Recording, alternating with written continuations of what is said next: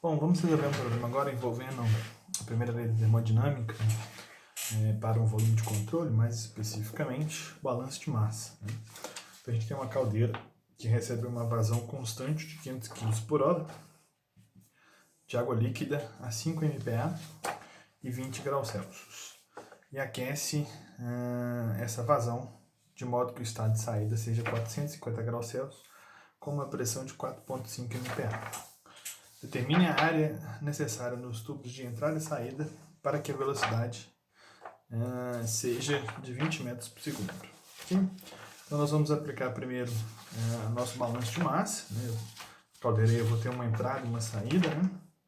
Eu posso escrever que o balanço de massa será variação de massa no meu volume de controle no tempo, igual somatório na entrada das vazões mássicas menos somatório na saída das vazões mássicas. Nós estamos interessados, então, em variações nas propriedades em regime permanente. Ele não deu nenhuma informação ali que nos indique que está interessado em variações no tempo. E, além disso, eu tenho uma entrada e uma saída. Eu vou chamar aqui de entrada de 1 e a saída de 2. Né? Então, daquela equação, eu tenho aqui 0 é igual a vazão máxima em 1 menos a vazão máxima em 2, ou que a vazão máxima em 1 é igual a vazão máxima em 2. Okay? Nós sabemos, então, que a vazão máxima é a vazão volumétrica vezes o ρ, né? Ou se a gente estiver trabalhando com volume específico, em vez de densidade, a vazão máxima é a vazão volumétrica dividido pelo volume específico. Ok? Esse volume específico ele encontra-se tabelado nas tabelas de propriedades termodinâmicas. Em seguida, a gente pode escrever também que a vazão máxima é a vazão volumétrica, né? É o produto da velocidade vezes a área. Né? Então, nós ficamos com essa relação aqui entre a vazão máxima, o volume específico e a área. Ok? Bom, a gente tem uma entrada então de 500 kg por hora. Ele quer saber então qual deve ser a área nos dutos de entrada e saída para a gente ter uma velocidade máxima de 20 metros por segundo. Então, conhecemos a vazão, é a mesma na entrada e na saída. Conhecemos a velocidade, que é 20 metros por segundo. Para a gente descobrir a área, falta então de descobrir o volume específico. Okay? Se a gente for então na tabela da água,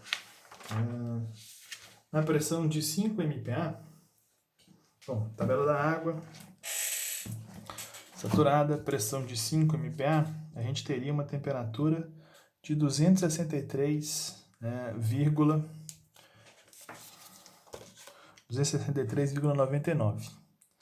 Então, isso quer dizer que 20 graus, a gente está a uma temperatura abaixo da temperatura de saturação.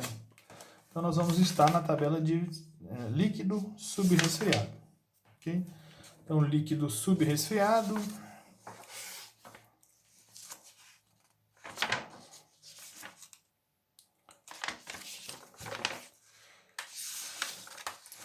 água líquida comprimida ou subresfriada, tabela de 5.000, eu tenho aqui a minha tabela meu V. Meu V tem vale 0,0001.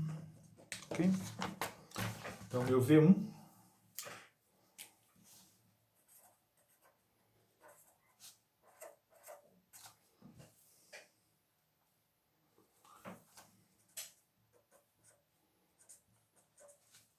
Bom, se a gente olhar então naquela mesma tabela lá de saturação, para 4.500, a gente não tem na tabela, mas a gente tem 4,5. A gente pode ver que a temperatura de saturação a 4.500 vai estar algo em torno de 252, entre 250 e 260. 450, que é a temperatura de saída, está bem acima. Então, o ponto 2, saída da caldeira, a gente vai estar como vapor superaquecido. Evidentemente, esse desenho dessa caldeira é esquemática. Né? Na prática, a gente não consegue construir uma caldeira que nos dê vapor superaquecido com essa configuração mais simples. Então, se eu for na tabela de vapor superaquecido a 4.500, nós não temos, né? Nós vamos ter 5.000 e nós vamos ter 4.000. Então eu vou ter que interpolar entre essas duas tabelas. Para mim interpolar, então, eu entro no modo de interpolação.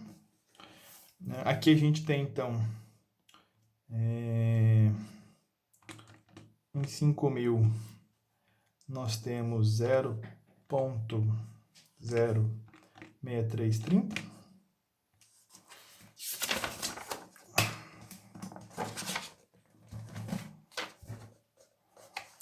E em 4.000 nós temos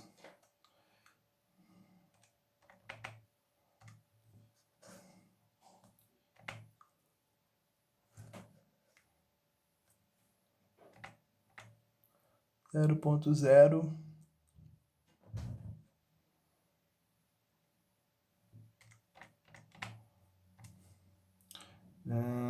4.500. Então a gente tem 0,07166. Evidentemente, como a gente está no valorizado, né, vocês podem conferir que a média também vai dar o mesmo valor, né?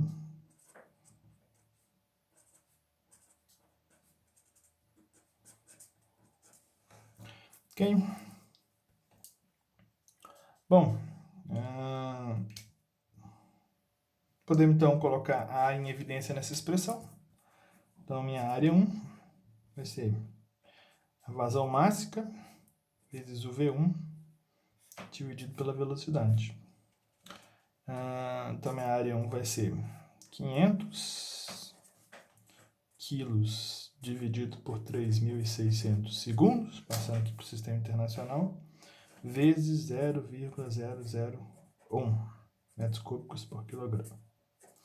Isso tudo dividido, então, por 20 metros por segundo. Então, a área mínima que eu vou ter aqui na entrada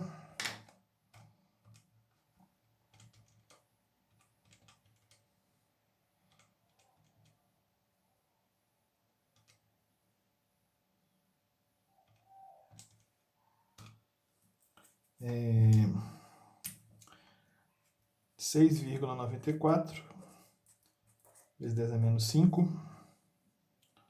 metros quadrados.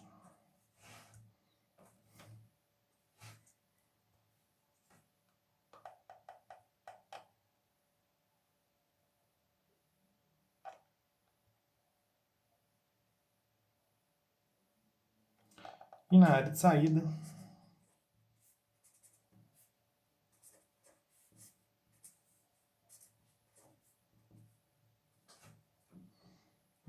a vazão máxima é a mesma.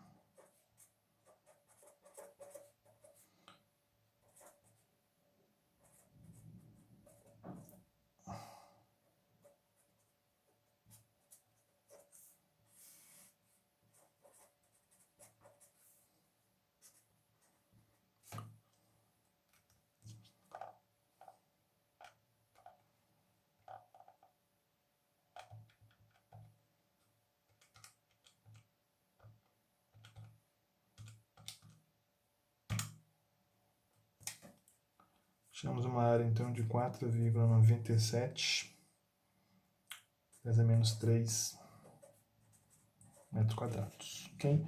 Se a gente conferir, então, a nossa unidade, aqui eu tenho quilograma cortando com quilograma, segundo corta com segundo, temos um metro cúbico aqui, que corta com esse metro, então temos metro quadrado. Okay? Então, a nossa unidade está corretinha.